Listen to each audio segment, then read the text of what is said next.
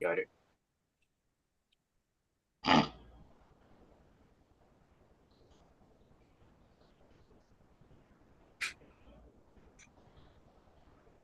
Welcome to the Prospectors Radio Show, the talk show for our community. Please. Jaron Wheeler, Dennis Dayton, Indiana Gold Hunter, Richard Cooley, Scott Swiftwater Tooney, Y Gold, and your host, Tim Grimes. Did you say Swiftwater Tooney? And I still got a piece of candy in my mouth.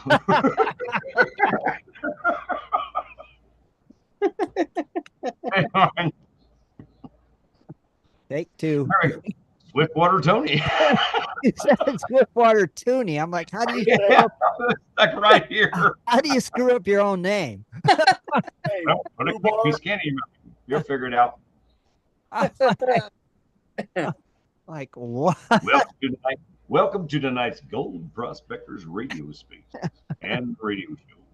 But I was thinking maybe I've been saying your name wrong the whole time. No, it's Tony. It's got an E in there. That's what I thought. And you said Tooney. Tooney. Looney Tooney. Scott. You know what's funny?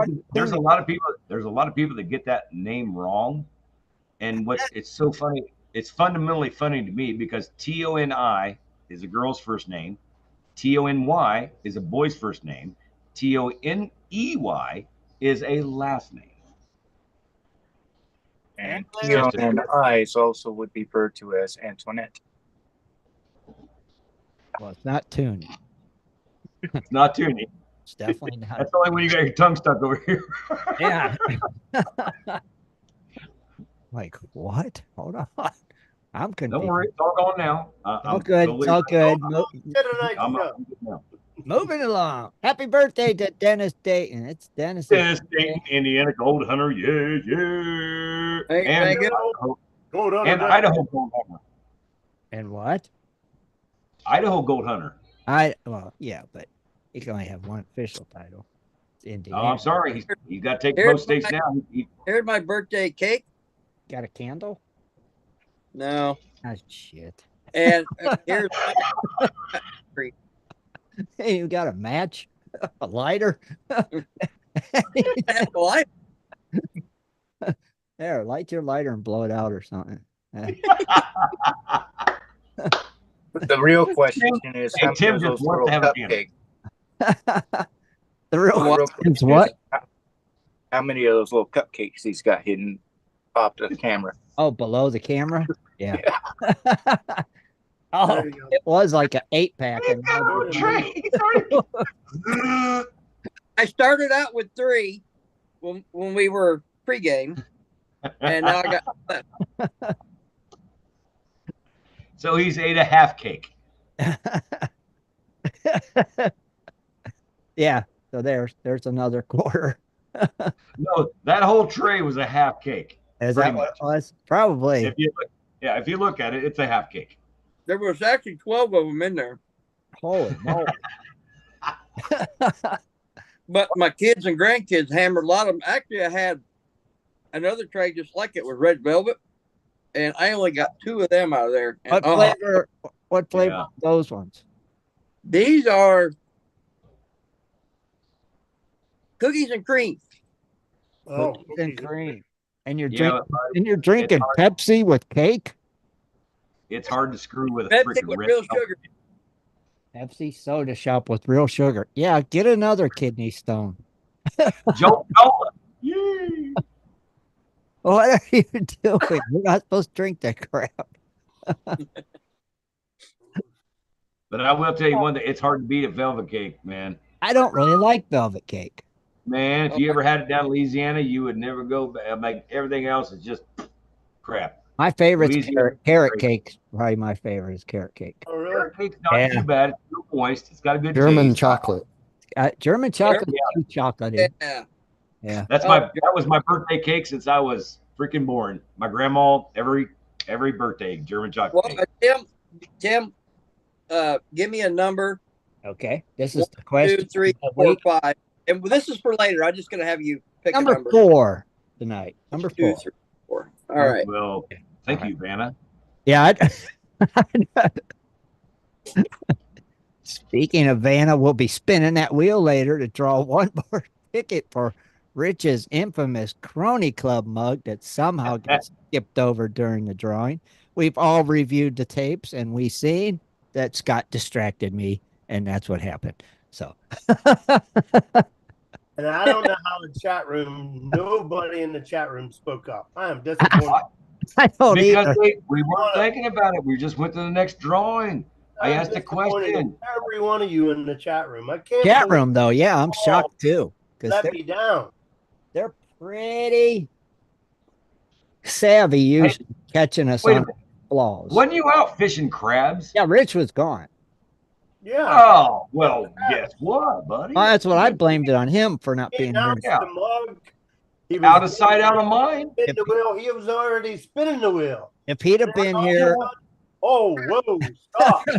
I actually thought that you'd be watching the show. Pay dirt for Randy Lewis. Yeah, but if Rich would have been here, it never would have happened. I just know that. And then, where did we leave off? Oh, we left off on 2 pay dirt bags. Rich would have said, "Hey, you skipped my money." Hey, Rich still got a lot of crabs. He's good. Moving on. I know, but it's just Rich got skipped. Wait. You all let me down. I can't believe that. I know. See, that's why I guess you can't miss show nights. It never would have happened if you'd have been here. You'd have said, whoa, whoa, whoa, whoa, whoa. You're forgetting. Hey, I almost said, Rich texted me and said he was going to give away a pound of crabs to the next ticket winner. That might have helped. I might have remembered then to draw the Crony Club mug. God. Rich is like, hey, are you crazy? I'm eating that pound of crabs. Are you at your mind? And speaking of said giveaway, I still need Prospector Nick. I still need your last name. I cannot mail package out with just the first name. And we still need Jeffrey Howell's mailing address and info. Yeah, we can't give you a metal detector without an address. Yeah. Yeah. And by the way, Prospector Nick, we can't mail out your prizes without your. Give it a date, and if it's not, redraw. That's what I forgot to put that in the fine print of the. I'm gonna Prospector Nick sent me an email, said send me that pay dirt to this address. You did not win that pay dirt. We went back, I watched the video. It was Darth that won that pay dirt. Right. Nick, I remember someone that used to do giveaways, and you put them on the clock, and if they didn't get in the chat room and answer, they didn't win that prize. Scott, I heard of that before. Yeah. Yeah, but this was on a drawing, ticket drawing. It's totally different. This is different. Yeah. You still have so much time to claim your prize, and then after that, I should have put that in the thingy in the beginning, but it's too late now. But you think, you bought tickets, you'd stop back and check. Yeah. Like I said, go back and you guys, if you won and you won, go back and watch the videos and make sure. Was it Dwight that won that? No. Okay. Because I know he was one of the new guys. No, it was Jeffrey Howell. Yeah. Jeffrey Howell was the one that won the metal detector. Yep, he was a new guy too. Yeah, actually. Dude, I don't care who you are. That's still kick ass in my book. Well, yeah, it's just, come on. We just need some mailing info to mail this stuff out. Yeah, those metal detectors aren't a Garrett or nothing like that, but I tell you what, they work really good. Hey, but for a newbie to come in and win on the prize, come on, you guys give it like winning your first NASCAR race. Hell yeah! Or give it to your kid or something. I mean, if you got a good detector, it's a great prize. Yeah, just say it. Are you going to hey, everybody that won prizes, you guys can also post pics and vids. Yeah, well, when they start getting the prizes, probably. Yeah, when you go. Yeah. So we will draw for Rich's Crony Club mug tonight. All the tickets are still in the barrel, except for the ones that were drawn. They're gone. And trust me, it is a stein. It's not a cup. It's a stein. It holds 2 beers, I tell you now. Stein. Scott, and that's with Smile. Scott, do you need Rob's? Wait, no. Yeah, you need Rob's address for the dirt because Rob's who won your dirt. Yeah, he does, Rob. He needs your address. Yes, Darth. Yes, Darth. Yeah, Rob. Or I Yes. can just give it to him. Yeah, or you can give it to him. Just Well, like I said, me and White Gold and Jaron went back. I was like, I got to watch the video because I got something from Prospector Nick said send it to here, and we almost sent that out, but I was like, that doesn't sound right. And I got back on there with Jaron and Rob, and I watched the video. I'm like, it was Rob. That's Darth. No, that's I'm why like, oh, that's why you do a list. something's not right. That's why you do a list with every name and every ticket. That's what I did, and Yeah. that's how I. Yeah. That's how I seen. Huh? I did Well, not. you didn't follow the list very I well. didn't draw the mug. You didn't follow the list very well. Well, I drew the number and then I wrote down the prize and the name and the ticket number, and then I went ring dirt, Is the cronies club empty? ring dirt. That's why I went. Skip the mug completely. And it's even on the list. No, it's not on the list. Oh, I was looking at the pictures and I would write it down and draw the ticket. And then I looked at the mug because I said we're going to draw for Rich's Crony Club mug. And then I skipped it, went on to the dirt because somebody distracted me. I don't know what you're talking about. He was actually spinning the wheel. I was spinning the barrel. For the mug. Mid-spin. Yeah. Then he All stopped. he had to do was pull out a ticket. All you had to do was pull out a ticket. He could wax his car. He I could surely did. pull out a ticket and talk. Somebody distracted me. And then he got distracted. I'm going to call It was BS on that. it was like squirrel. There's Elvis. Something. I don't know. See, that might have been right. Distracted the hell out That of might me. have been right. Moving on. Speaking of distractions, how's them gold prices, Scott? Oh my goodness, you wouldn't believe it, but I gotta hang on a second. I did a lot of stuff with my computer, so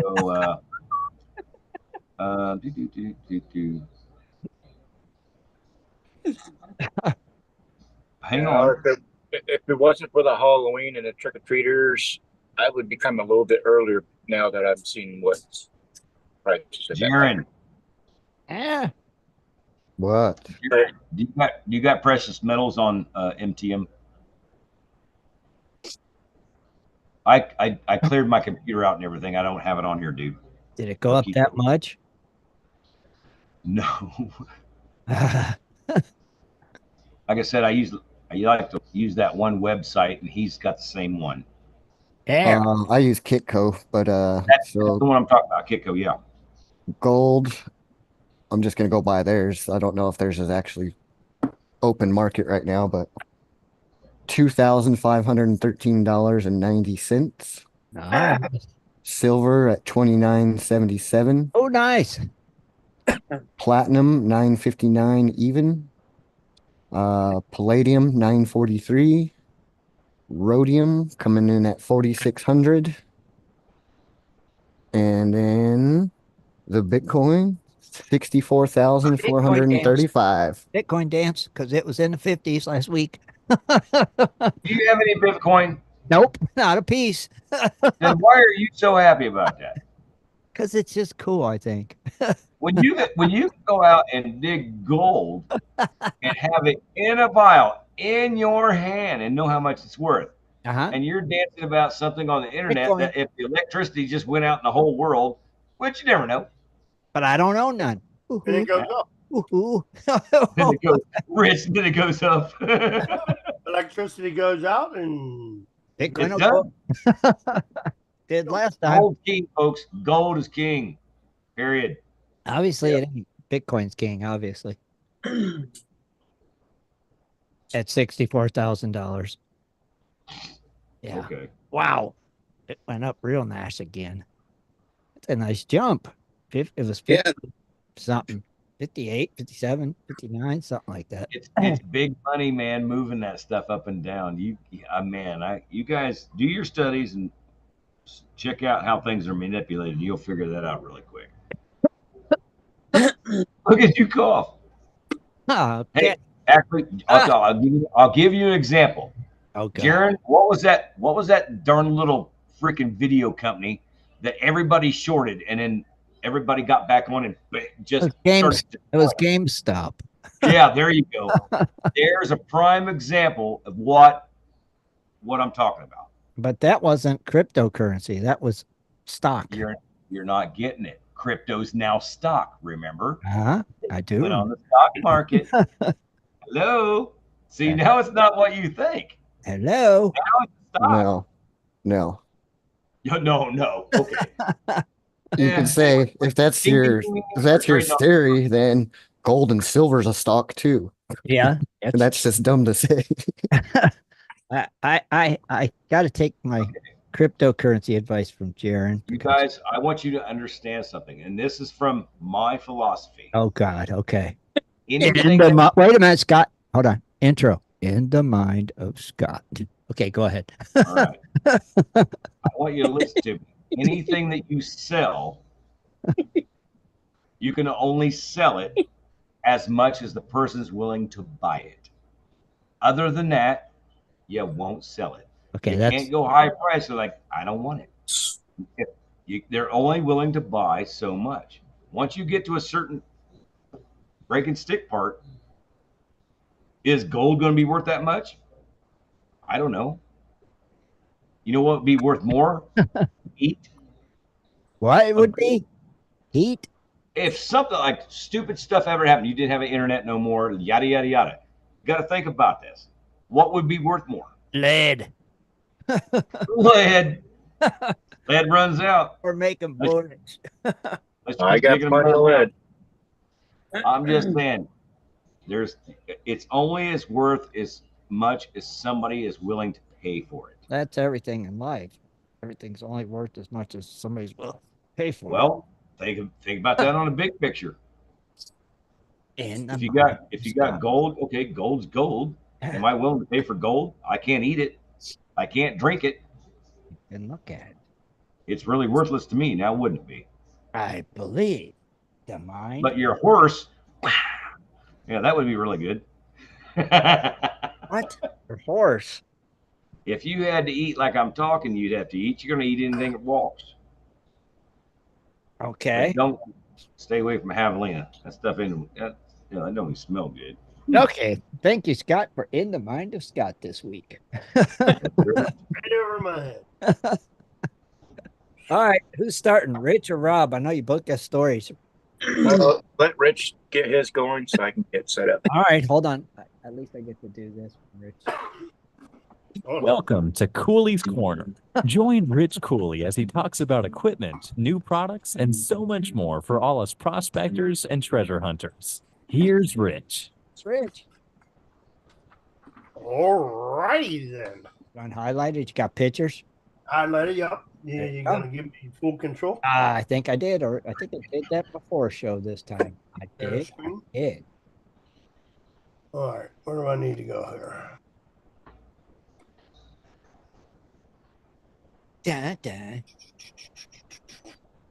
All right, why ain't it working? Okie dokie. Let's do that pretty color. How do you pronounce that? Cryo phase. Is that how you say it? Say it again. Cryo phase? That kind of sounds good to me. Is that how you say it? Apple cream. I didn't hear you. You can't hear me? You're right. The phrase. I can hear you now. Go ahead. Say it again. Cryo phase? Yeah. I'm going to go with chrysoprase, not because there's no pH on the other one. Chrysoprase. Chrysoprase. That's a weird name. Well, hang on a minute. The last word's sopaz. Praise. Prase. Praise, right? Yeah, but sopraz. So, chrysoprase. Chrysoprase. Dark green chrysoprase. It's got to be surprise at the back. I don't know what. Well, go ahead. A pretty green stone. Anyway, the pretty green stone. There we go. I like that name. Yeah. It's a gemstone variety. And I'm going to screw all these names up because I can't say them. It's of a chalcedony that contains small quantities of nickel. Its color is normally apple green, but varies from turquoise, like cyan, to deep green.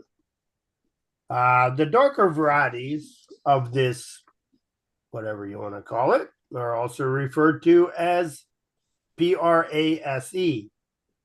Yeah. I would say phrase, but I don't know what you guys praise.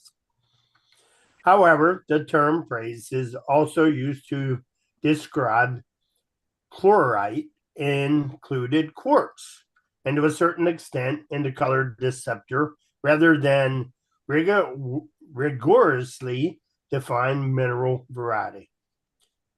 Cryosoprase is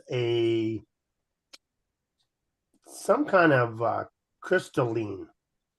Is it cryocrystalline, which means that it is composed of crystals so fine that they can be seen as distinct particles under normal magnification. This sets it apart from rock crystal, amethyst, citrine, and the other varieties of crystalline quartz. Other member of its silica family includes agatite, carnelian, and onyx. Unlike many non-transparent silica minerals, its color of this, rather than any other pattern markings that makes it describe the word, it comes from the Greek kairos, meaning gold, and presinium, meaning green. So, unlike emerald, which owns its green color to the presence of chromium, the color of the cryoprase is due to trace amounts of nickel compounds in the form of small inclusions. The nickel reportedly occurs as different silicates, like pyrrolite, pimelite, and other types. As with the forms, has a hardness of 6 to 7 on the hardness scale, and the fracture is like a flint. Best known sources of cryophase are Indonesia, Queensland, Western Australia, Tasmania, Germany, Poland, Russia, Arizona, California, and Brazil. See, they I've never seen nothing like that. No. Had deposits in central Tanzania have been consistent produced since 1986. I think that was it on that one. Wasn't too much information. Kind of reminds me of jade in a way. I was going to say it's pretty close. I've never seen nothing that green. That's green. It's green. I've never seen nothing that green out I here. like this one right here with the. I think this one is from Poland. Okay. They had a couple of them that had this type. That was from Poland. That one's kind of cool. So's the one to the left of it. It's the third one over. Hey, Rich, are they darker in Poland or brighter in Poland? I don't know. See, it looks like jade, though, don't it? Kind of. It's pretty dang close, yeah. Jade. Yeah, it said Poland right here. Yeah, it looks lighter, the Poland one. Huh. Almost transparent, it says. I mean, once they're polished and all up and everything, man, Yeah, cool. But I mean, if you look at the different pictures, man, of the clearness and stuff like that, would you want more clear or would you want more green?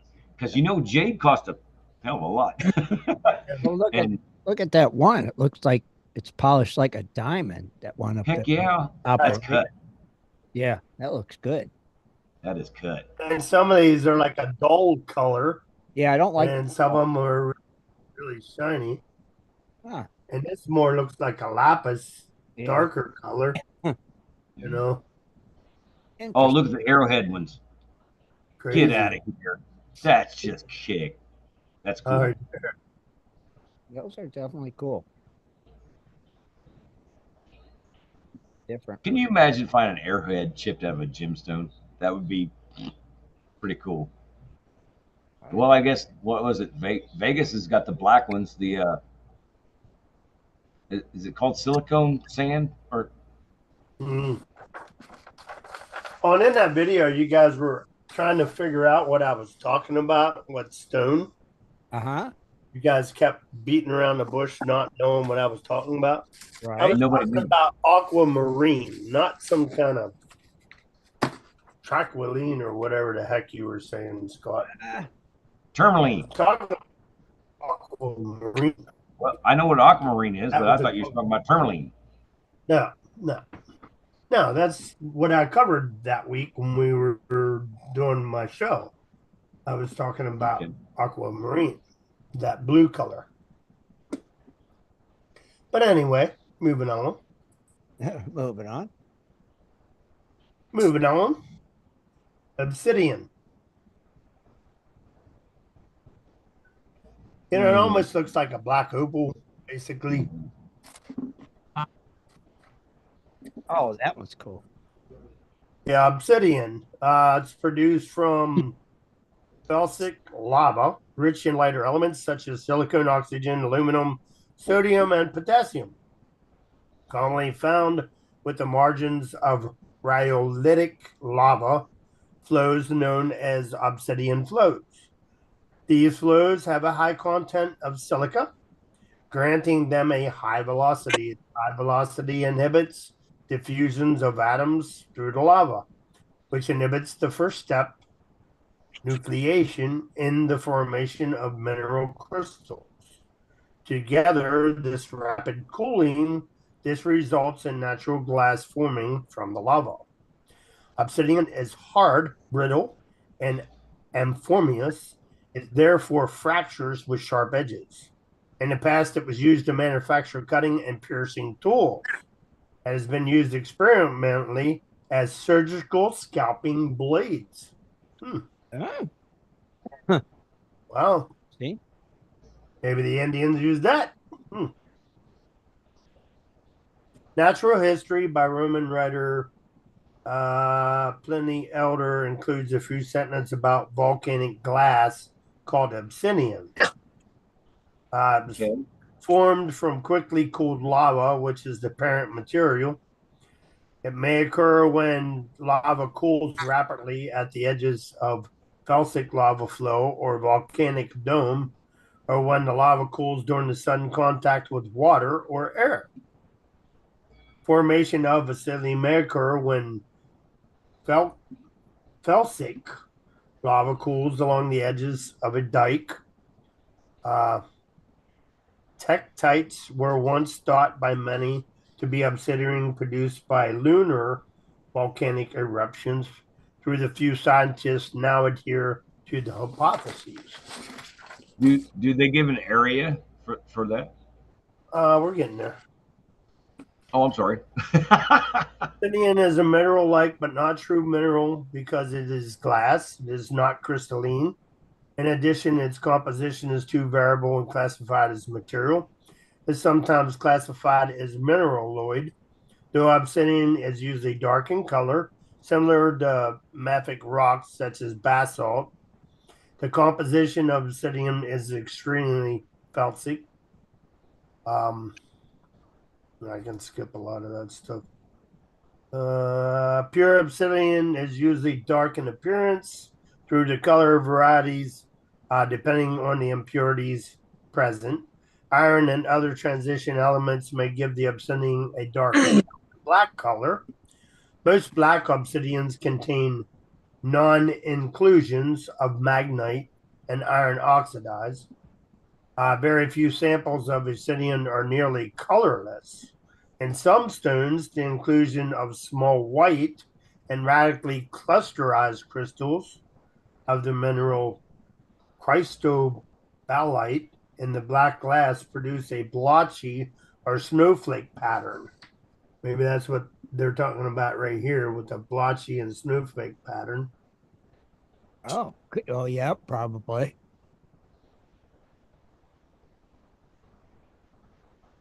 About the only ones I've seen. Man, that one looks like it's got opal in it. Like, wow. Over to the right. Yeah. I think Yeah, there it is. right there. You're right. There it is, Rich. It's obsidian. There was just a picture of an arrowhead right now. I can see it from here. It's obsidian. They can Yep. find those in Las Vegas, like out in the desert, like the sandy desert. They find those.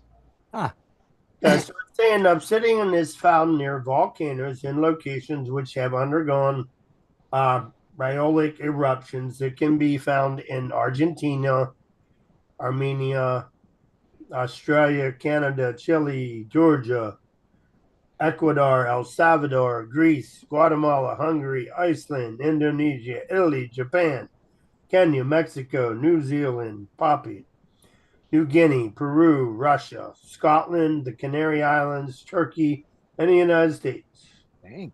Obsidian flows which may be hiked on or around within the Caladres of Newberry Volcano and Medicine Lake Volcano of Western North America. And then it talks about east of the Sierra Nevada in California. Yellowstone National Park has a mountainside containing obsidian located between Mammoth Hot Springs and the Northern Geyser Basin, and deposits can be found in many other western U.S. states, including Arizona, Colorado, New Mexico, Texas, Utah, and Washington, Oregon, and Idaho. There are only 4 major deposit areas in central Mediterranean: the Peri, Penatalia, Palmyra, and Monte. I don't know what that is. Prehistoric historical use. The first known archaeological evidence of usage was in Carnina Dusi, which is Kenya, and other sites beginning of 1.5 million years BP, dated 700,000 BC. Although only very few objects have been found at these sites, relative manufacture of obsidian had reached a high level by the late seasons and was traded as far as Sicily. Doesn't really say what it was. Yeah, it's not really getting anywhere, really. That's still cool. It was valued in the Stone Age cultures because, like flint, it could be fractured to produce sharp blades or arrowheads in a process called knapping. Huh. Like all glass and some other naturally occurring rocks, obsidian breaks with a characteristic conchoidal fracture. It was also polished to create early mirrors. So yeah, Cool stuff. Yeah. Yeah, like back in the day when I was hunting arrowheads in Indiana, if you actually found one of those, that's a person that come from like Las Vegas. They went that far. Right. Sure. It was really like if you found one, you're doing a dance in the middle of a field.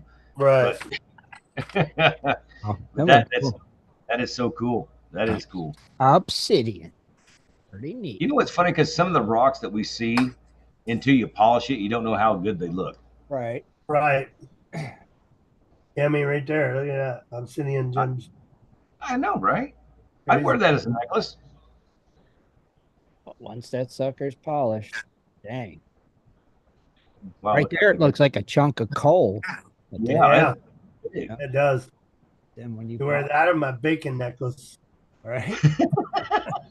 She's got it in 2 hands. Wow. I like the Yeah. looking one. Those are cool. Obsidian. Yeah. Yeah, but good luck finding it. I mean, I think it's a healing stone. you gotta find it. Yeah. You can buy it. It's like a healing stone, actually. Okay. Yeah, I bet. Yeah. Right. I think it is. I think it's a healing. Yeah, but if I bought, I'd have to cut it and polish it my way. I'm just saying. Ah, But I do like the ones that looks like the opal, looks like you're looking in space. They look oh, like super. that one right in front of us. The second one, Yeah, and I like the one over here on the second line, all the way over to Yeah. the right. yeah. It just, God, I'm like, come on, man. That's just. They got to be special lights or something because it looks too good to be true. They're nice. Yeah, pretty cool. Yeah. Pretty All cool, right. Rich. You can take it back, Tim. Oh, you got it. Huh? You shared your screen. You got to end it. I don't know how to do it. Sharon.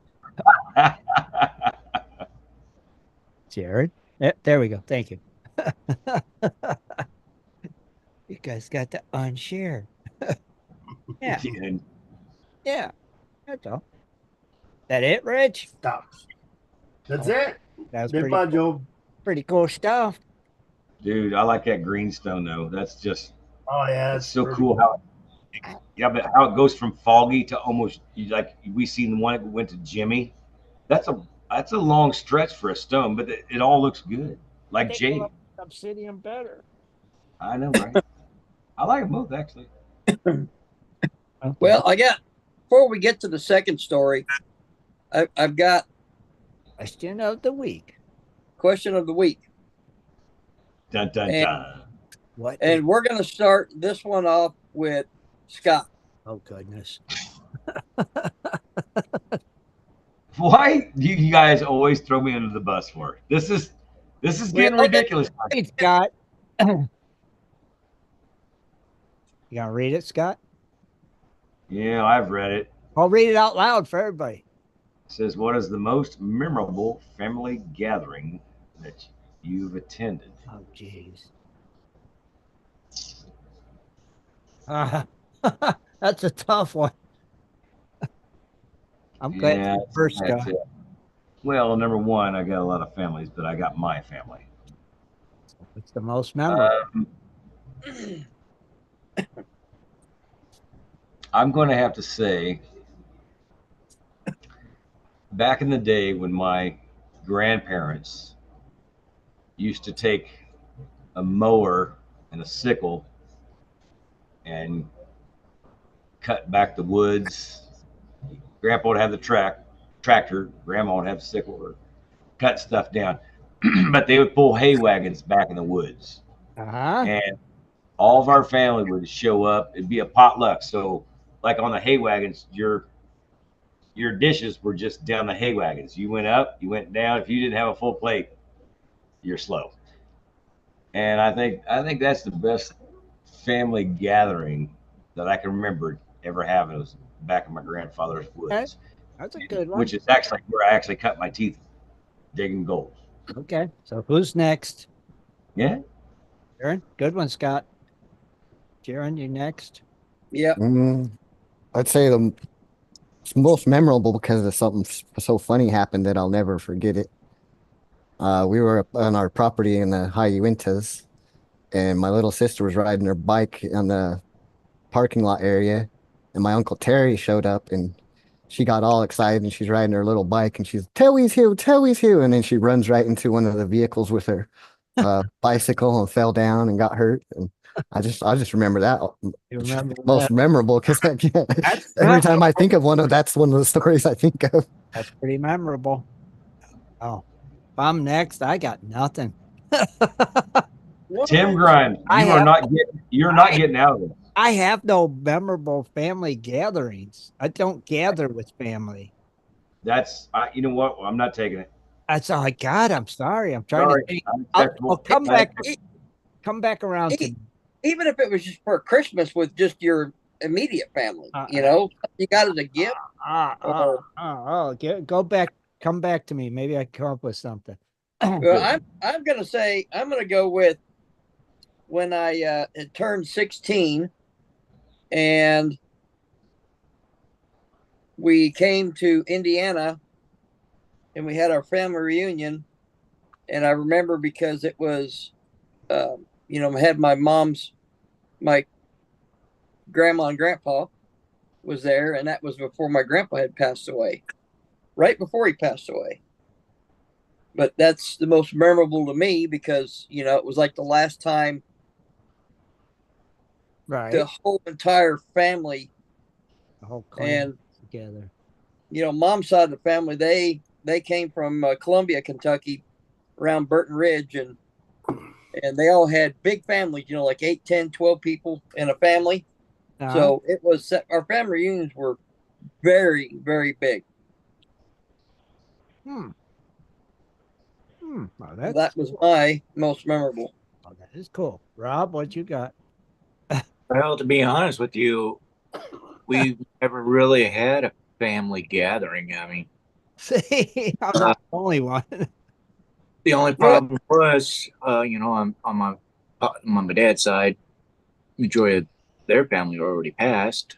On my mom's side, everybody lived in Hawaii. So I guess It could have.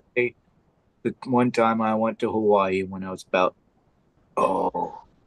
8 or 9 years old, seeing grandma and grandpa and having blueberry pancakes, There you go.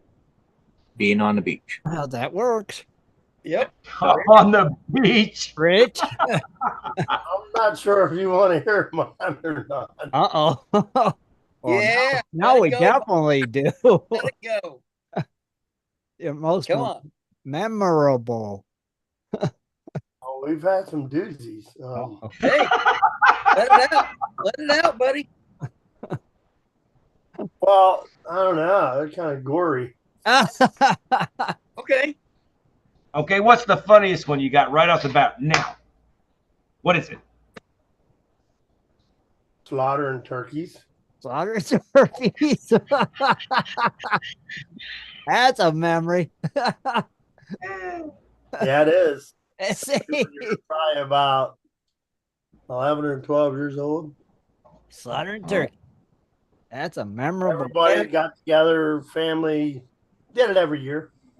Grandma, grandpa, everybody Slaughtered turkeys. go to the house, and right before Thanksgiving, that's how everybody got their turkeys. And went down to the pen and let them all out and brought them up and tied them to the clothesline and did a thing and Chop suey. shoved them down the clothesline. Dang. Hey, Going on. still to this day, I know that you could feed a family with one turkey for a week. What? He said every family came, though. See, Bob? I guess Everybody left with their turkey, and I mean that was a thing we did every year when I was that's pretty memorable. growing up as a kid. I mean, and we did the same for slaughtering pigs. I mean, we did the same when we did the hogs.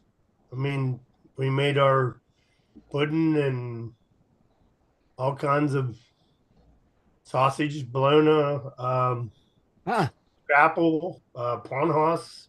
I mean, lard. We did our bacon, our lard. We did all that when I was a kid. I mean, you had to work for all that stuff. You made your own stuff. I mean, that's the way to do it. You had the kettles out and you were stirring. I mean, and if you're confused, this is the same way it's at the store too. All right, so I guess mine was just the last family reunion when my dad was still alive. That's about all I got. It's been a long time. For sure. For sure. Yep. That would be it. Good deal. That would be it for me. All right, Rob. Kicking it over to you now, Mr. Why Gold. Got some dark. Well, let me figure out how this darn thing works. Good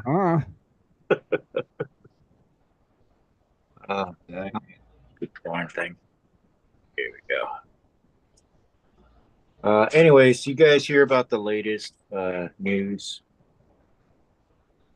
about the world's largest diamond being found here recently? A what? Rob, wrong picture. There you go. Holy moly. Good Lord. That's There a we big go. about that. Can you hear me? Yeah, now we can. Okay, good. All right, this is out of Botswana. Botswana.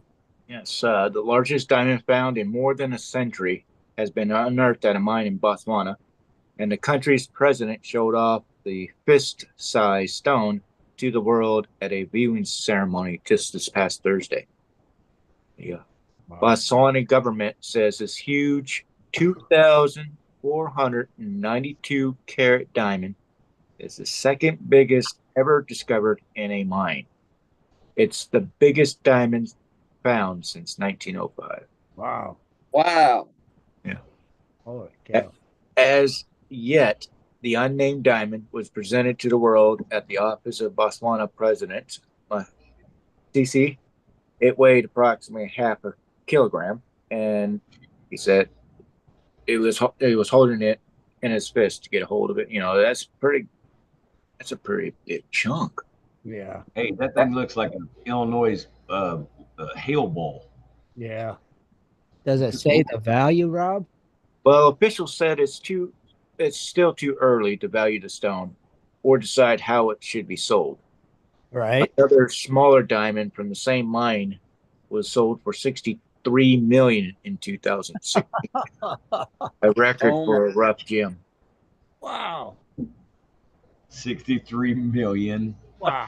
I mean, that doesn't even really look like a real diamond. But Right? It just looks like a piece of quartz. Well, it's not cut yet, you guys. That's raw. But Yeah, man, that's this correct.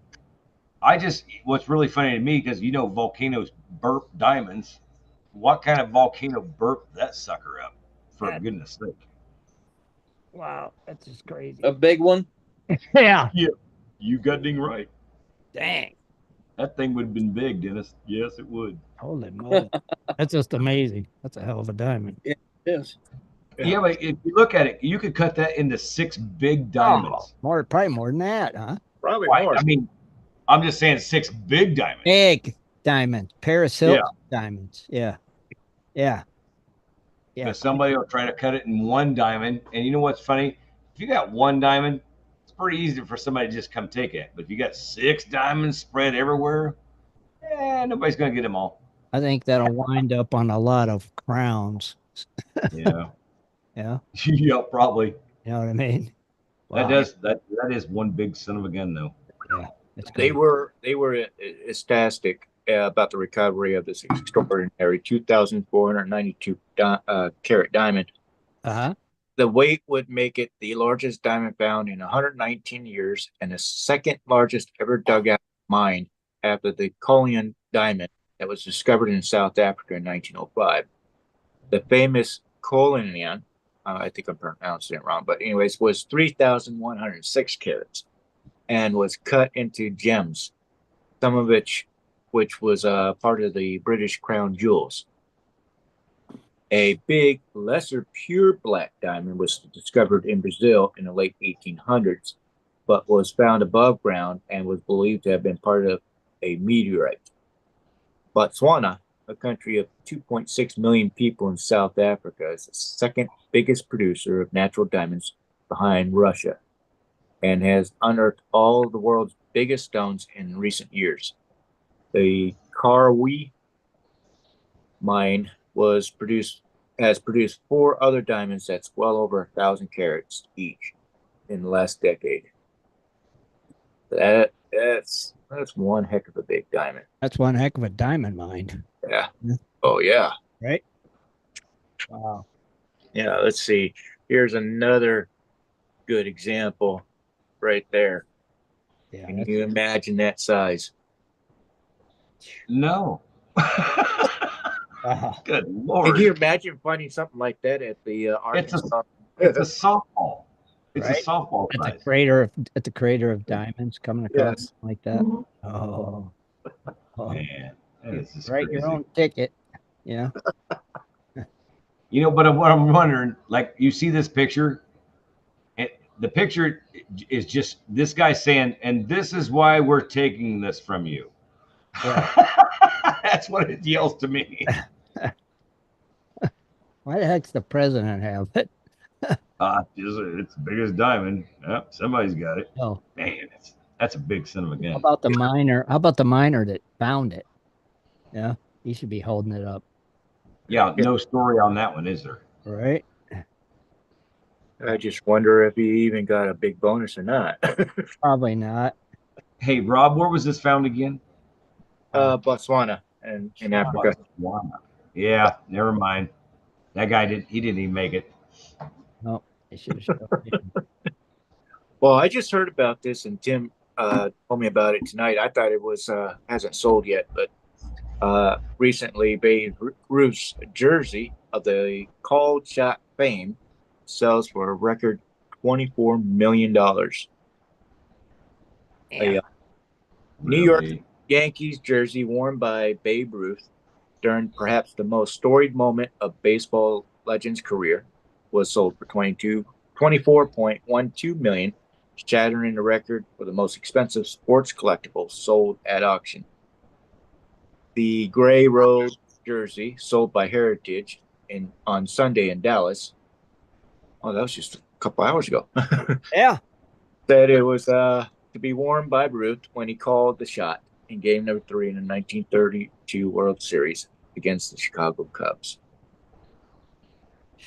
Man. All right, I got something. This is just, I don't know. Where's it been since this time? Dennis, you guys, Richard, you guys are sports guys. You guys know this. Where's this jersey been since that? I mean, seriously. Some other collector had it. Well, Yeah. who's? I want to know where he got it. From some other collector. There's got no. You just can't. That's how it goes. It It goes collector to collector to collector to collector. They can verify.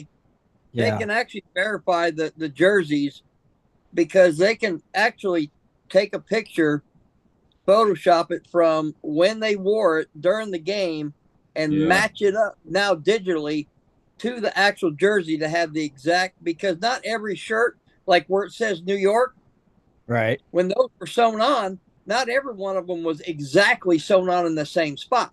Right. Like where the Y is, like right beside the button. Yeah, right. You look at the jerseys; they weren't all the same, so they can That actually was by take hand. verify them. Right. It was probably done by hand. Yeah. Yeah, that was by hand. Mm-hmm. Yeah. But I'm just, you know what, Dennis? I wouldn't believe it. No, because you know what, somebody would said I actually have Babe Ruth's jersey. You would know who's selling it because they've had it for how many years? Right. You would know Well, that. I'm sure authenticated by you know it has. a reputable company. You know what I mean? Sure. That can guarantee, it's It's authenticity. authentic. Oh yeah, you don't even worry in that case because they probably pulled DNA off of it compared to some of his family. Yeah. I know, Tim, but believe this, like if you get DNA off of it, that's great. If he did wear that shirt, but how can you prove now that that was a shirt that he made the pointed shot with? Because they follow the trail, I guess. I have no clue. You can do that. You can do that by, like I said, I guarantee you, Babe Ruth, if he had uniforms, he might have had 2 uniforms that they wore during the season. So Babe Ruth? Well, you got to think back then. That guy probably had a closet full of them. Yeah, but back then, back in those days. They can verify by because not every jersey he had was stitched exactly in the same spot that one was. Right. And back then, you probably only had 2 shirts. They can verify it, and I'll go by Dennis on this one. If they got him like at a front camera shot and the Y is still like he said touching that button, that's probably the one he did it in. You know they've authenticated the crap out of it. You don't sell something for 24 million on a. Well, that might be it. They know it's it. Yeah. Yeah. From the first person that owned it, they got records of it. There could be a piece of thread that's barely sticking up somewhere, and I mean, it's just amazing how they can authenticate stuff like that. Yeah. Well, they could timestamp the thread. Yeah, that's all that stuff. They know. They get paid to know. But yeah. I'm gonna go with Dennis on this just because the Y, like he said, it looks hand sewn, and the Y is by the inside. They're not perfect. Nope. That would be if you've seen a picture with him and the Y was touching the button. I would say, okay, that was the one. Like if he's sitting there pointing, and the wife's touching the button. That's got to be it. All right. Well, let's turn it back to Rob so he can finish his story. All right. Sorry. To authenticate the jersey, it was photo matched by several third parties. There we Photos that were taken before and after the World Series game, according to Yep. the. It was during the 1932 game at Wrigley Field, which Ruth was said to have prophesied placement of his second and final home run of the game, which the Yankees won 7-5, taking that. But the grainy black and white video footage serving as evidence of the moment, the slugger appears to be pointing beyond the outfield, possibly indicating that he was about to sink a homer just before hitting it far over the center field fence.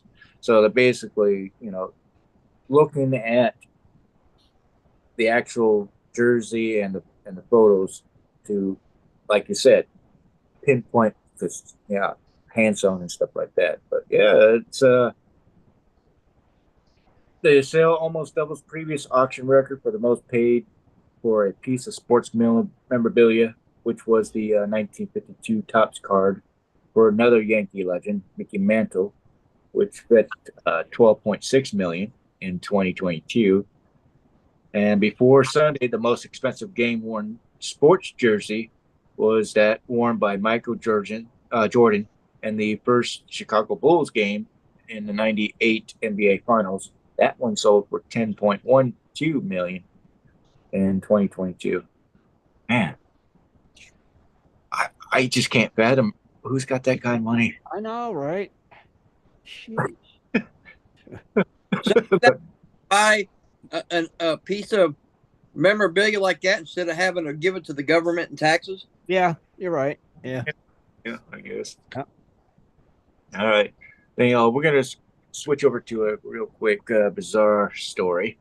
Bizarre. How bizarre. How bizarre. Well, it would freak you out if you were on the beach. Uh-oh. Uh-oh. Uh-oh. Swimming or metal detecting? The teeth. Well, no, I wasn't metal detecting. Bizarre. Somebody was. Gar would chew you up.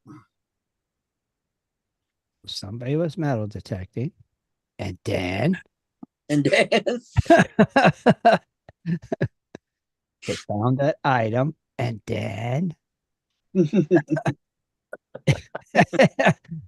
and then Rob. There you go. And then there it is. What in the What the- world?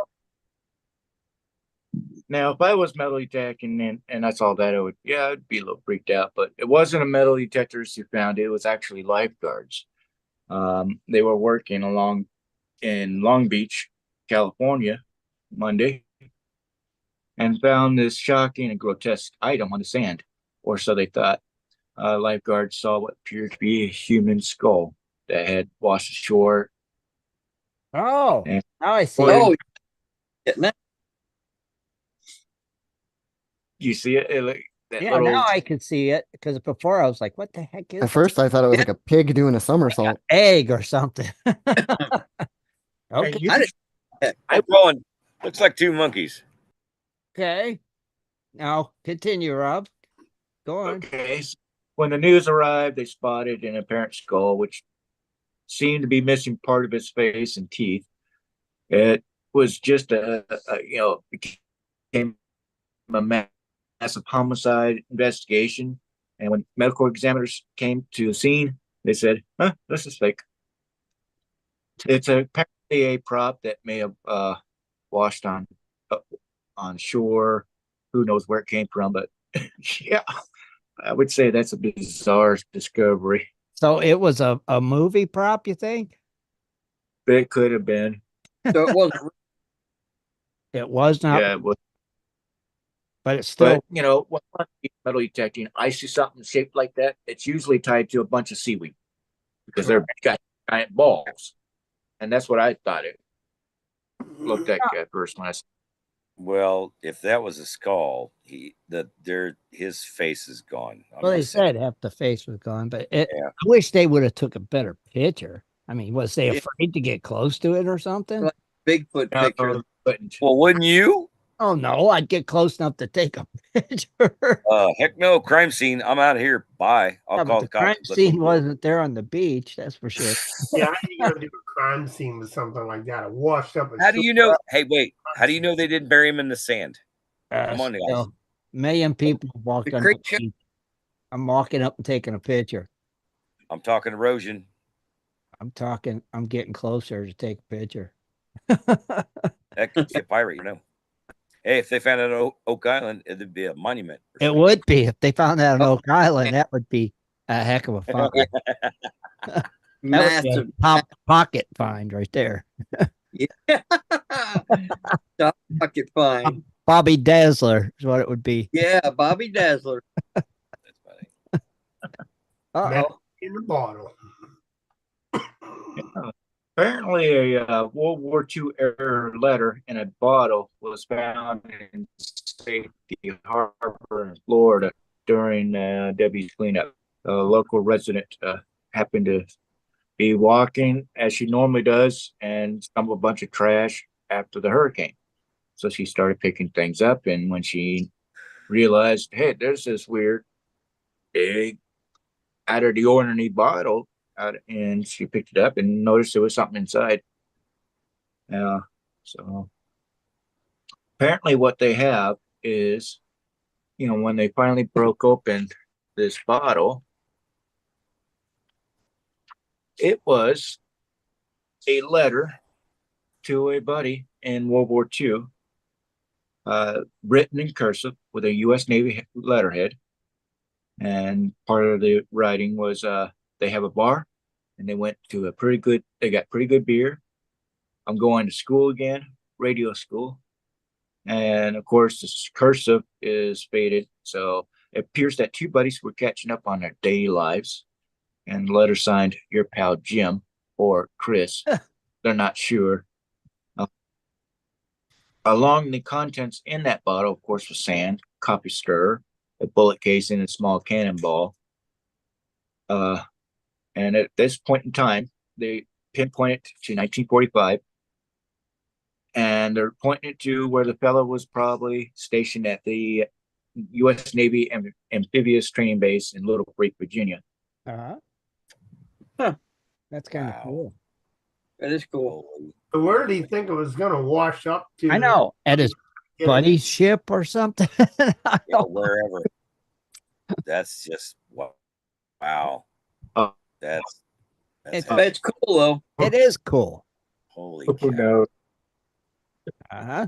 We're gonna try to see. Man, to find that in the ocean would be like finding a Civil War. Hey man, I sent you a letter. You might get it in 20 years. Right? Yeah. Okay, Rob. Okay, so hunting for treasure. Here's 20 places in America that you can go hunt. Who doesn't want to get away on their vacation and try to find a long lost treasure? Like maybe you seen the Goonies when you're a kid. Right. Like, I want to go. Huh? Are you there, Rob? Rob, we can't hear you. Rob, start up. So we have. Here You gotta have to start over because Yeah. yeah, Yeah, you might want to stand on one leg because we can't hear you. Yeah, internet connection. I know I can see it on your picture. It's okay. So, anyways, it's 20 places you can go to in the United States to hunt for treasure. And our first place is Rockhound State Park in New Mexico. You can find thunder eggs, otherwise known as geodes, at this location, giving you one of the best places to find your own geodes or thunder eggs is Rockhound State Park. Our second place is going to be Jade Cove. As soon as I can pull that one up. Here we go.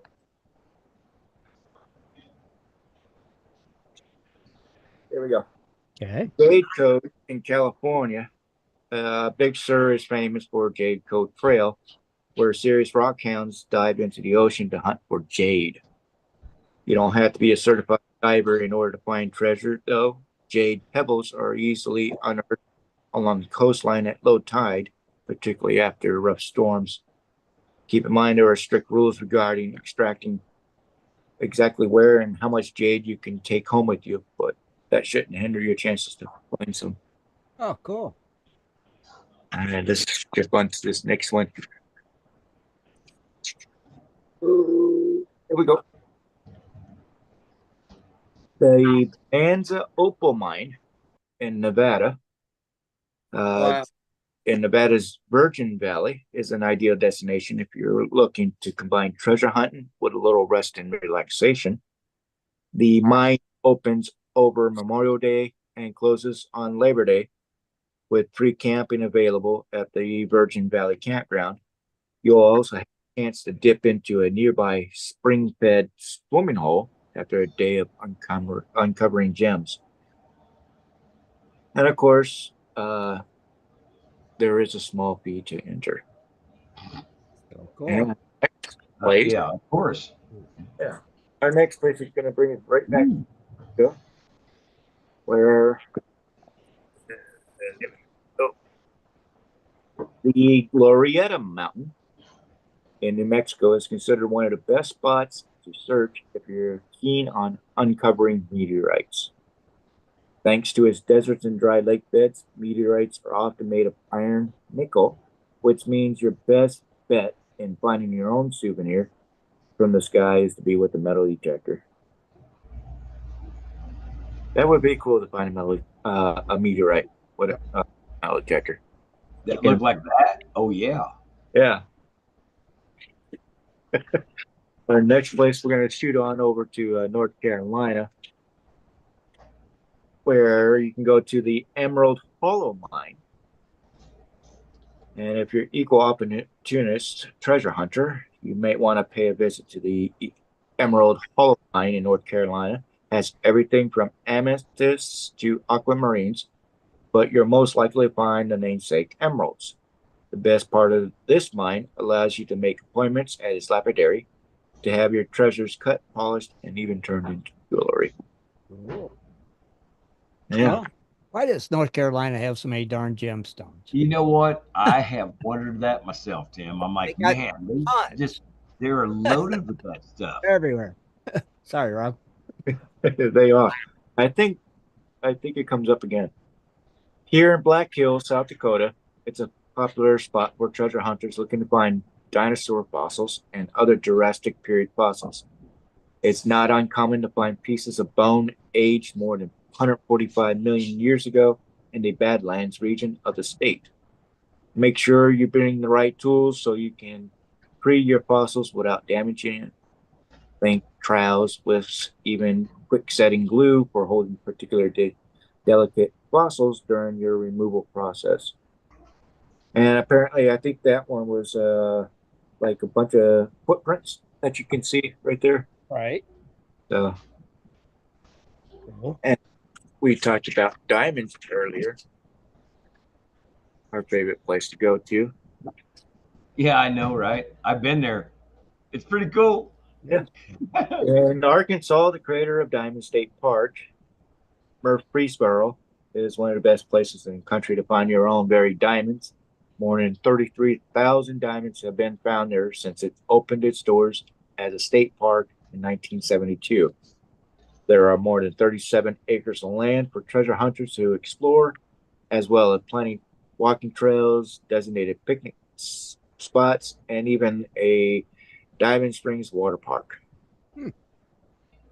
So when you're done looking for diamonds, you can go way down the water slide. Right.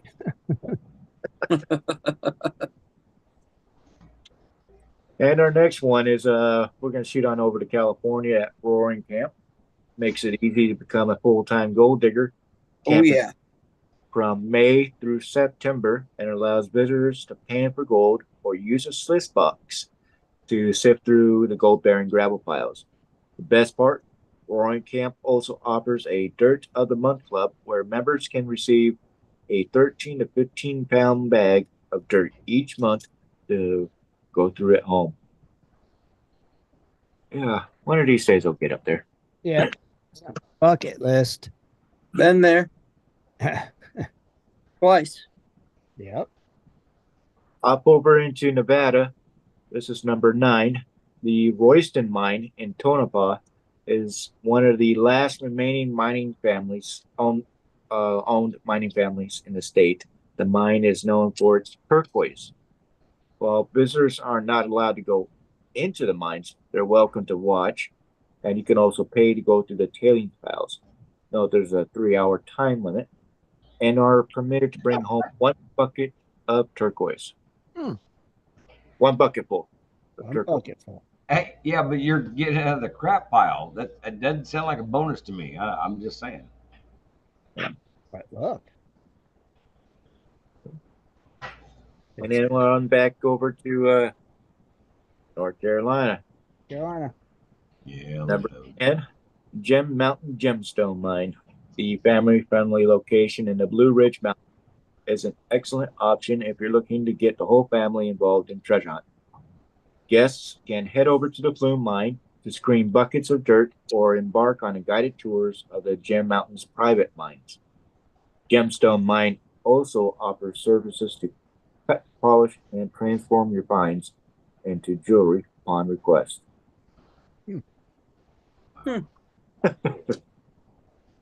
And our next one, we're going to swing on over to Oregon, Oregon. Oh yeah. where you can hunt for Spectrum sunstones at the Spectrum Sunstone Mine. And I don't think I ever heard of this stone before, but then again, I'm not really a gemstone hunter. Right. It's glassy yellow. Looks cool. Yeah, that's what it looks like. Visitors are invited to sift through unprocessed ore for free, or they can pay a fee to hunt through the high-grade pits. If you want to get treasure, you can always pick sunstones from the commercial screen plant conveyor belt for an additional fee. The mine is open from May through November, and Spectrum also offers on-site camping for those who want to stick around for more than a day.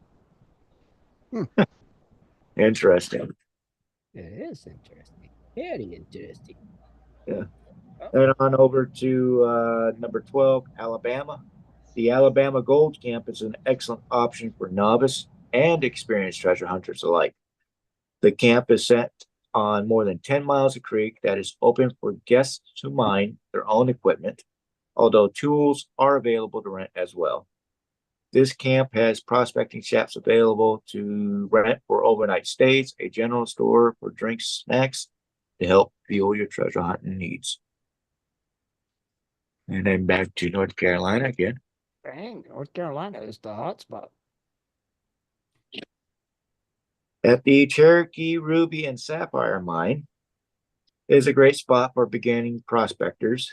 Instead of setting out on your own, this mine walks visitors through on how to identify in the rough gemstones before setting them out to shift through their own buckets of gem ore for rubies, sapphires, and more. Kind of cool. Yeah. We're going to head up to New York. The Herkimer diamond mines are one of the best options if you don't want to be limited to the amount of treasures you're allowed to bring home with you. The New York mine allows you to keep everything you find during your hunt.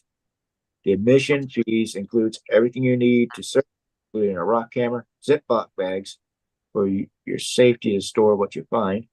This mine has multiple levels of accommodations for those who want to stay the night, ranging from on-site campsites to a luxurious resort.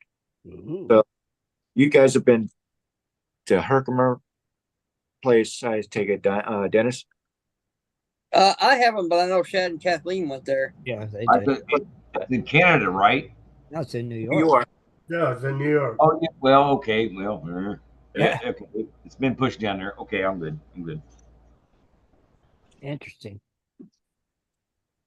Okay, the number 15 is the Old 100 Gold Mine in Colorado. This unique Colorado experience will take you on a guided tour straight into the Galena Mountain and includes a live demonstration of mine equipment as well as the opportunity to pan for your very own gold. I don't think they have much more on that. And then we'll swing on back over to California here real quick. The Bentonite, or no, I'm pronouncing that wrong. Benitoite. Benoit. Wow. Benoit Yep. Company. I guess it's known as a rare blue stone, and it's official state stone of California. Which,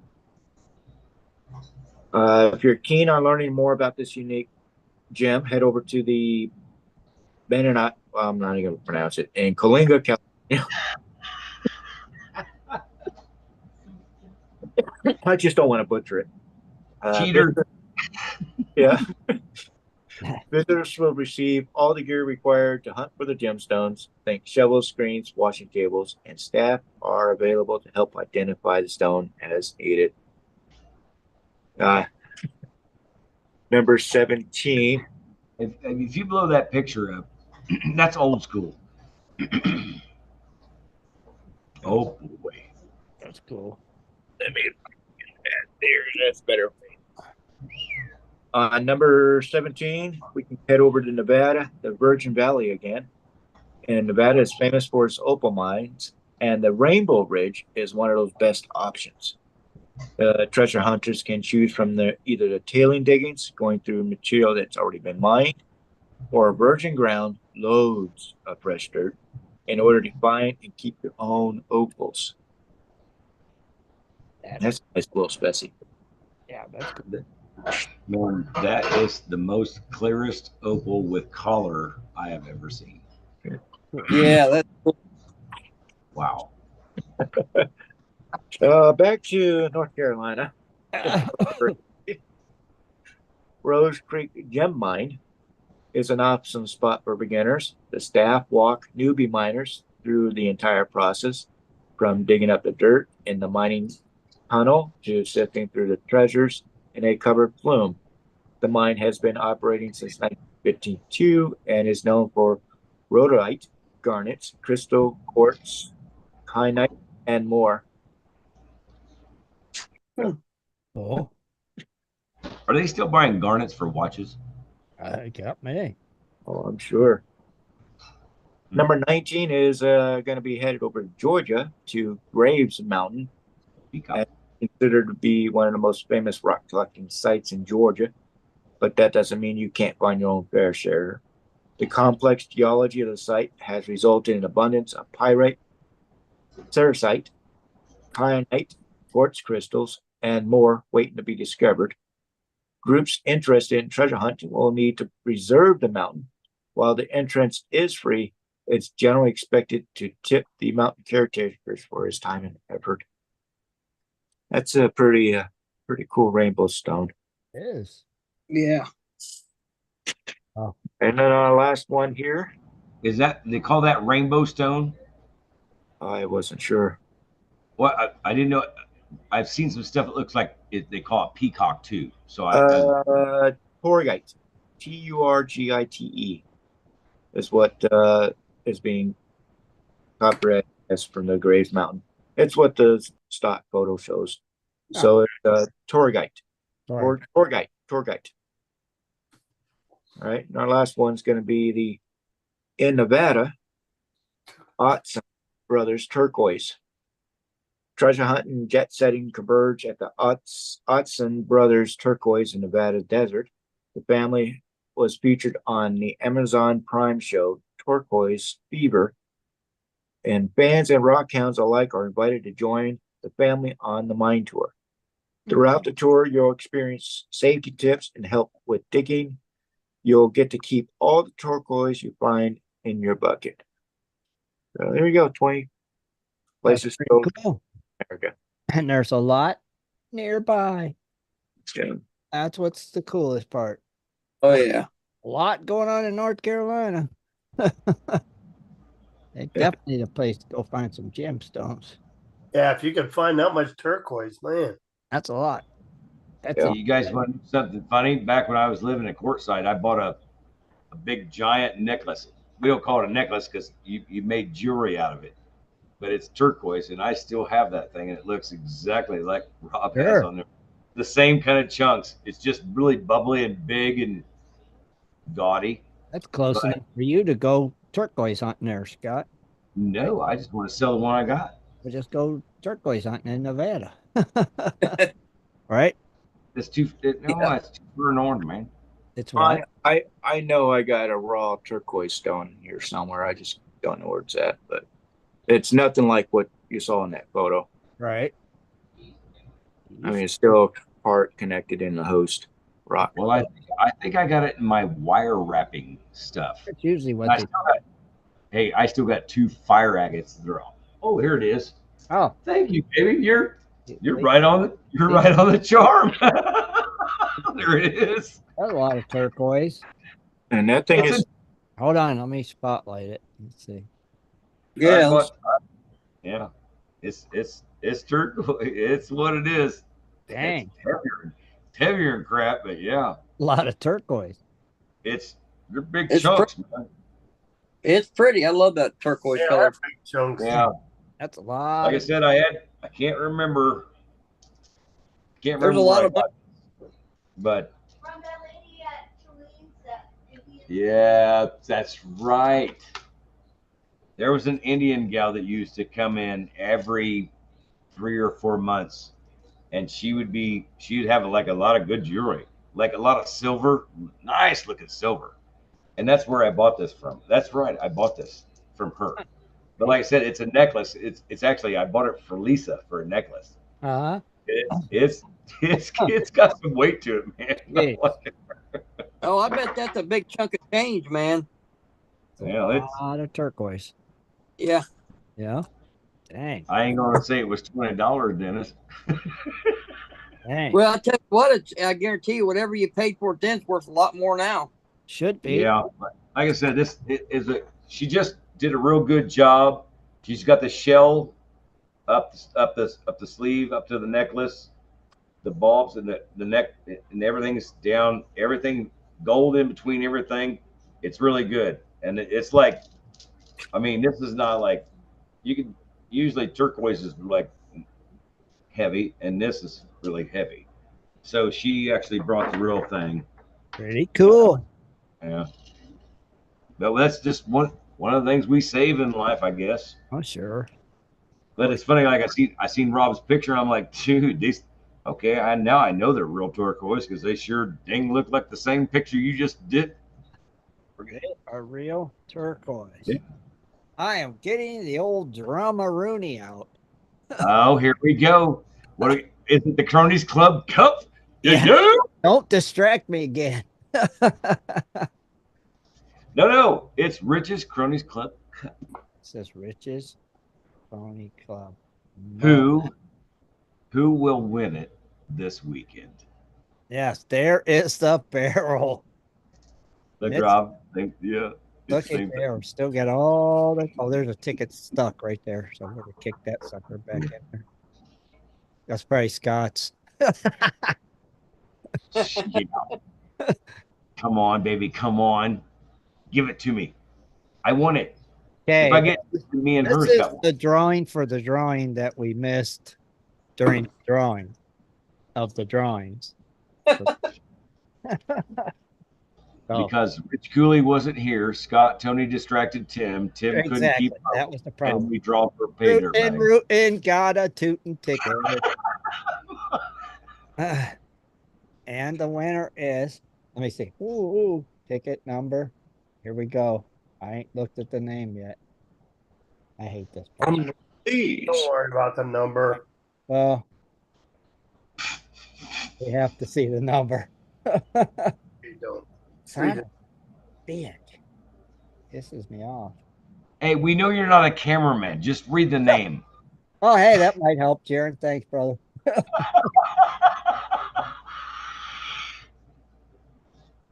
I love it. We don't have the numbers anyway, so it don't matter. Just read the name. The winner is David Vila. Why can't I get my camera to focus? He said he wanted it, just send it to him anyway. So Who did, David? There it yeah, is. in the chat David earlier, he said just send it to him. So he must have knew. 636. 636. David Vila, you won the Crony Club mug. David, you got to get a video of you drinking out of the Crony Club's glass. I'm just saying. He said, "I told you." Finally, I don't feel so bad now. Now your camera's totally screwed. Oh, it is totally screwed up now. What the heck did I do? There we go. Let me write that down. David, send Rich or me your address, and because Rich has the mug. Let me write this down. Ticket number 636. 636. David, Congrats, David Vila. congrats. By the way, David, if you put ice in it, it takes 45 minutes for it to go away. Rich's mug. I'm just telling you. Nice. Done. It's official. It's over. And Rob, I sent you that address. Okay. Or Prospector Nick with the last name and everything. All right. So Cool. we finally have that. Yeah. Rich, those are great steins. Those are great steins. Yep. So now we're only waiting on one name. One name. And that's it. And one name. Coolio. Who'd you buy off, David? Do what? Oh, Stephen France and YouTube goes, who did you buy off, David? Hey, that's why I spin it live. And we get live. There's no. Wait, it was foggy. I don't think that was the spin. I don't want to hear it. I got that thing. Only showed a ticket number. I told you, like I was tricking you earlier. Like, yeah, just put And a the blue mark on name. it. It's like, good God. Ain't even career. We love it. We love you guys buying tickets. We Get my glad camera. you guys got in. It's David C. Villa, isn't it? David Vila. Oh, Is it David C. Villa? Is that it? Yeah, C Villa. Not Scott, check your inbox. You have a message. on what? On GPS. Man, how do you know I got a message? Because I know things. What are you breaking into my crap here? No, Like, what's going on, bro? Because people send me a message. Got that power? Now I got to, yeah, really? People send me a message and say, tell Scott to check his messages. And I'm like, Yes. Okay. Yeah, sure. Good luck with that crap. Well, check your All I sent right. a message to David. So Did Darth send his thing? Yes, Darth sent you info. All right. All right, we're good then. We're good. Info. Now we got it. this chat, but I We got it. We got it. Like I said, I didn't want to send it out because it sounded kind of just. I was like, wait a minute, what? I don't remember that, but okay. And we had to go back and watch, and I was like, no. So everybody that won, trust me, we will get your stuff to your place. But watch the video in case you didn't remember what you won. It shouldn't be hard. I have the list now. I need it list. It's only this long, Tim. It is. Like, I wait. haven't completed it. Well, when you picked up the paper earlier, I couldn't see the end or the top to the paper, so I was like, yeah. It's right here. There is a list. That's the one. The list. It's the list. It's the Tim list. It's the list. The list. The list. Things highlighted are things that have been. Yeah. I'll tell you what, thanks for everybody buying tickets and supporting us and stuff like that. And man, I hope you like the prizes. Just saying. We all take this out of our personal time to do this, by the way. These are personal things that we send out, not just like we got these on, like, I don't have 12 pay dirt bags that we're here to get rid of. It doesn't happen like that. We build it personal for you. John, your clock should be there tomorrow, along with your stone.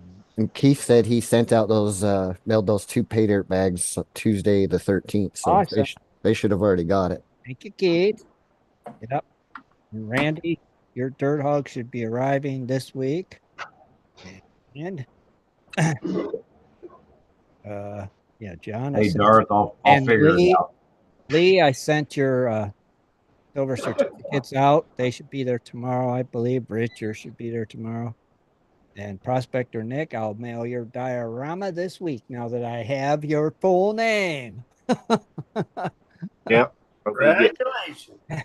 Darts and Prospector Nick's stuff out either tomorrow or Tuesday. Most likely tomorrow for sure. But yeah, they'll get it out this week. All right, we'll get that. Hey, no guarantees. It'll show up. Oh, yeah, it'll definitely. Lisa, she's in there giving me the stink eye. If you get that address, send it to me, Tim. If not, I'll watch GPS. I messaged him, so. Oh, for David Vila? Yeah, he should send it to me. Yeah, he should definitely send it to me. Sure, right? Let me check my messages. Nope, I don't have one yet, so he might send it to you. It's easy enough to do. Just click on Rich's name, send him a message, send him your mail. I'm just glad we got everything straight. Yeah, me too. It always seems like a couple weeks. But it is squared away. Yep, Yeah. it's all taken care of now. Awesome. Well, we hope everybody enjoyed tonight's show as much as we enjoyed doing it. I'm not get anything tonight. We'll do open mic night next Sunday. Will be open mic night. Next Sunday's open mic night. Next Sunday. Open Mikey. Oh, Yeah. boy. It's like the beginning and the end of the month. It's the first. And don't forget about the beginning and the end of the month. It's Gold Rush Days. It's coming up at the beautiful Swank property in Belleville, Ohio. That's happening this weekend, I believe. Now, wait a minute, Tim. Isn't that in your neighborhood? That's in my neck of the woods, but are you going to be there? I'm going fishing, so that will not make it. Oh, I'm going fishing. I'm going fishing. I went to the Faucet, man, so I don't want to hear it. At least I do go. Yeah. I probably will not make Gold Rush Days because I'm going fishing. I have a fishing trip planned. So. Sorry, I will not make it to Gold Rush Days. Are you gonna be catfishing? Crappie? Oh, What? bass fishing. Heck yeah. Bass fishing, baby. Heck yeah. All right. Now, we want to see pictures or vids of you catching these fish. I'll send you a picture. I'll post a picture. All right. I will. I don't believe you're catching bass. I think you're just out there looking like you. I am the bass master. Oh boy. If I had a boat, I'd be on the tournament. I'd quit my day job. You know you're fishing from the wrong way of the bank when you're on the bank and on the boat, right? I'm just saying, if I had a boat, I'd be fishing the circuit. I'd be quitting my day job. Be a professional bass angler. Yeah. Hey, quit buying them chargers and buy you a bass boat. I'd have these stickers on my boat be sponsored by Bass Pro Shop. Sponsored by Mr. Twister Grub. Rich is like, hey, do you have a meat raffle every week? Eagle Claw. I'm just saying, Rich, if he's catching that much. He'll be starting up next month. I catch and release. I don't keep them. I let them go. Oh, see. Hey, that's what they taught me on the Bass Angler. Now the littler ones, you know, the ones that are, I mean, little ones, about 8 inches. Them are best eating. The big ones that throw back, the little, oh my gosh, I throw them all back. Oh my gosh. I just throw them all back. I just enjoy catching them. I don't need. If I catch a big bass, I'm going to eat it. I'm putting it back in the. I throw the big ones back. Now, wait a minute. Before you guys go, oh, my God, you're doing it to the big – you know what? Big bass deserves to be eaten. You know why? She's already gave up 13 million babies in that same water. A big bass deserves to be mounted and on my wall. I'm just saying, I see people take it like little bitty bass, like, I'm going to make that into a sandwich. I'm like, good Lord. Not even, like, I'll have to show you one of these when I get it over from my trailer to the house. The the 3-pound, 4-ounce, 19-inch crappie I got on the mounted. I caught some big old crappies a couple of weeks ago. I was impressed with the size. I mean, it was a few ounces shy of the state record at the time. Of course, now it's even the state record's higher, but it was nice that I had the fish that weighed the second heaviest and biggest, you know, in the state of Oklahoma at the time. That is cool. Yep. I like catching crappie. They're fun to catch. Crappie. Crappie. Good eating if you know how to cook them. Yeah. Yep. I'll eat some crappie. They're good, but I still don't. I let them go. Let them go. Let them go. Hey, we It hunt was- deer for a reason. We hunt it deer was- for a reason. You should fish for a reason. They put in a toll road when I was in Oklahoma, and it was right after I graduated, and it was one of those ponds that the toll road was going to be going right over where that pond was. So the farmer that had owned that land said, "Hey, anything you catch, but you don't want to throw it up on bank, Right. because they're just going to." They didn't, you know. I guess couple people come in was trying to net them out, but after that they just covered it up with dirt. So whatever fish, wow. turtle, whatever, That's they all got crazy. buried. That's crazy. Yeah. But they did that. They just State did that, and that's where I caught that big crappie. wow. That's where you catch the big ones. Them ponds. Oh, farm ponds are the best. Yeah, they are. I love farm ponds. Mm-hmm. I Yeah. actually fishing Thursday, and I'll show you my catch. What'd you catch?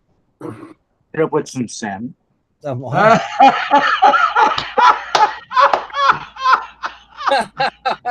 You hammered it, Rob. Good job. I'm sorry, you're fired. You caught a variety. Way to This go, guy. Rob. Mister. For you guys on the radio show, he just pulled up a bag of salmon, a bag of fillet of something else, a bag of fillet of something else. He gets no fish. He's going to the darn fish market. That was okay. That was pretty good. Oh Lordy. Yep.